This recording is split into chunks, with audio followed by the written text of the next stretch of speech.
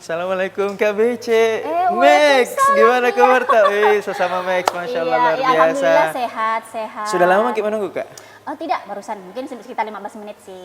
Ya kebetulan saya memang pengen wawancara Ki mengenai pengalaman hidup tak dan juga pengalaman waktu kuliah di luar negeri. Boleh kan? Boleh.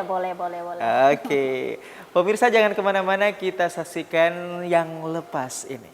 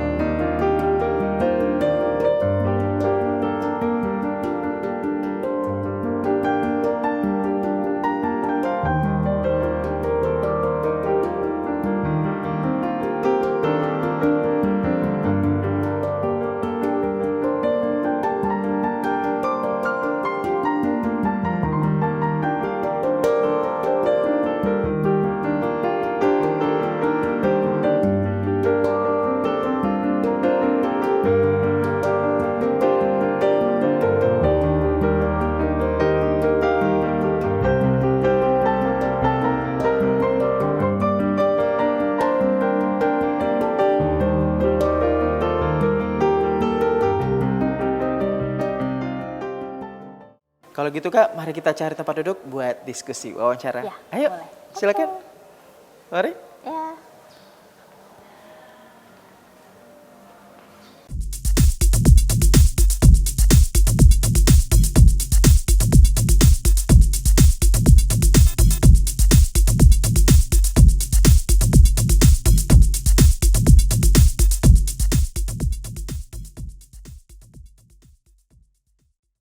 Assalamualaikum warahmatullahi wabarakatuh. Dan selamat pagi pemirsa setia Net TV Sulsel dimanapun Anda berada.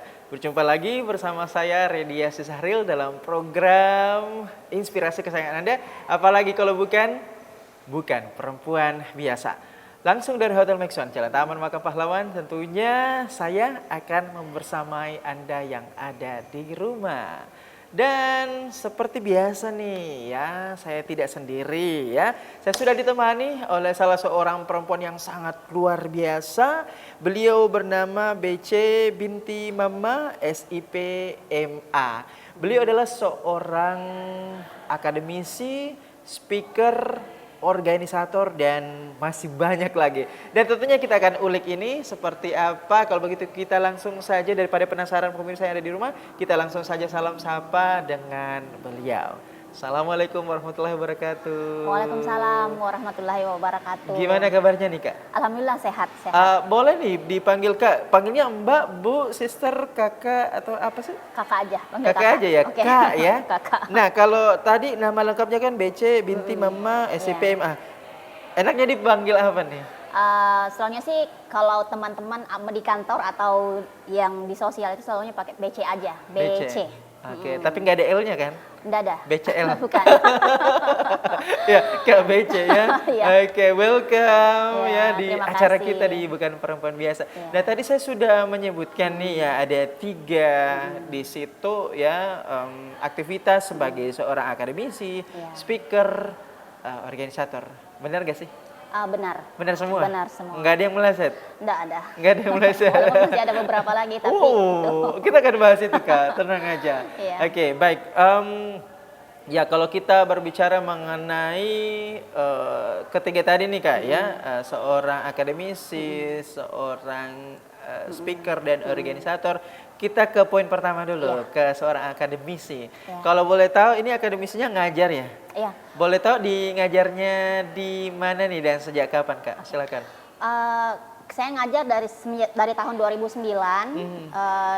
itu di Universitas Bosowa. Oke. Kalau dulu kan namanya 45 ya. 45. Cuman kemudian 2015 itu terjadi pengambil alihan oleh Bosowa Corporation. Jadi Ada diganti, akuisisi ya? Iya, diakuisisi. Jadi sekarang namanya menjadi Universitas Bosowa. Jadi dari tahun 2009 itu sampai sekarang saya ngajar di situ. Seperti itu. Masya Allah udah berapa tahun tuh Kak ya? Lumayan ya. Sekitar 14 tahunan mengajar. 14 tahun. Iya, 14 tahun. Setengah, ya pokoknya 14 tahun dari 2009. Nah, itu ambil konsentrasi apa ngajarnya? Apa linear atau enggak sesuai dengan jurusan kah atau gimana? Dari kuliah itu memang saya ambil jurusan hubungan internasional. Kenapa? Karena ya pertama suka gitu belajar mengenai dunia gitu, Wow. hubungan antar negara. Akhirnya setelah itu saya sambung S2 juga ambil jurusan yang sama, hubungan internasional. Karena memang dari awal pengen menjadi pengajar gitu. Akhirnya kita punya pemahaman awal bahwa kalau nggak jadi pengajar itu ya harus sebaiknya ya ilmu yang dipelajari itu linear gitu.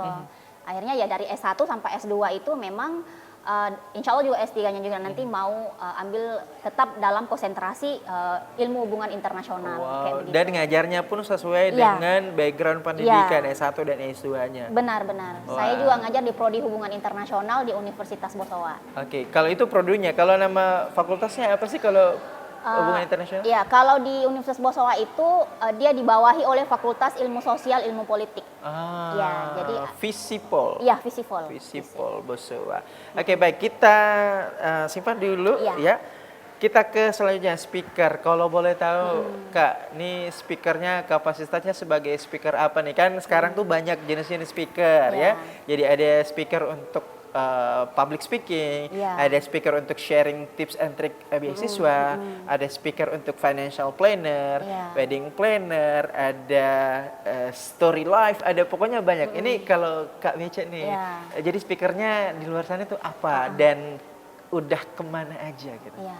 Nah, kalau untuk speaker itu, kenapa berani nih menyatakan diri sebagai speaker? Karena dalam rentang waktu yang cukup lumayan lama itu dari 2009 dan jauh sebelumnya itu memang sering diundang sebagai speaker gitu ya, narasumber-narasumber. Pertama itu dalam isu-isu itu tadi tuh trip dan tips untuk ke luar negeri itu mendapatkan beasiswa. Oke. Kedua itu terkait dengan isu-isu perempuan.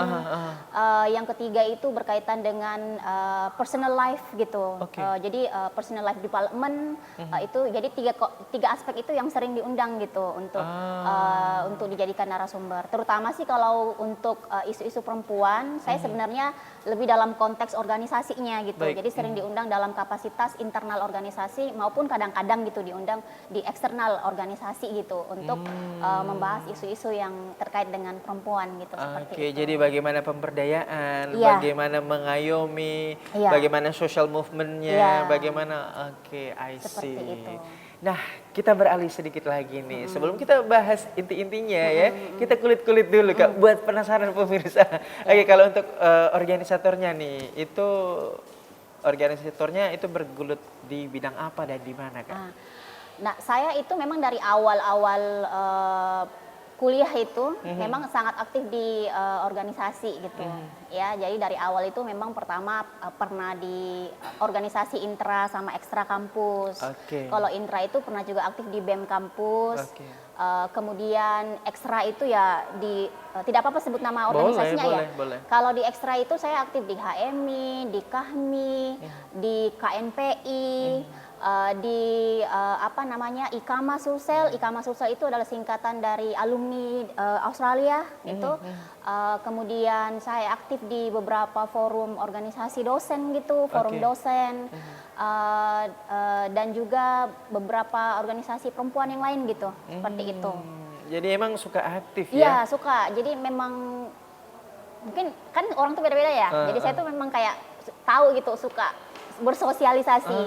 Jadi salah satu cara gitu untuk bisa menyalurkan minat dan bakat itu adalah melalui ya aktif di organisasi yang menurut saya dapat menampung kayak saya punya Sebagai wadah. Iya, wadah untuk urus sosial gitu dan itu Dan- memberi manfaat gitu. Betul, dan beraktualisasi Betul, tentunya. itu salah Wah, luar satunya. biasa. Ini pasti akan ada banyak sebentar kita akan ulik pemirsa mengenai aktualisasi beliau di mana aja ya dan seperti apa saja. Tapi sebelum kita lebih jauh lagi, Kak Beca ini sebetulnya kelahiran mana nih Kak? Dan boleh dijelasin ke pemirsa, diceritain pernah sekolah dari TK, SD, SMP, SMA, S1, S2, Itu di mana aja? Cukup disebutin aja. Ya, oke.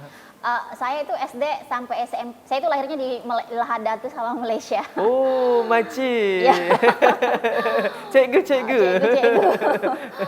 Saya lahir di sana di Lahadatu, Sabang, Malaysia. Kemudian SD SMP sempat mengenyam pendidikan di sana juga di Oke. Lahadatu itu. Kemudian SMA saya pulang ke negeri Boleh di disebutkan Indonesia. nama-nama Nama. masing-masing daerahnya, Oke. tapi kita tahan dulu. Oke. Kita akan kembali usai jeda berikut ini. Stay tune pemirsa di Net TV Sulsel TV masa kini.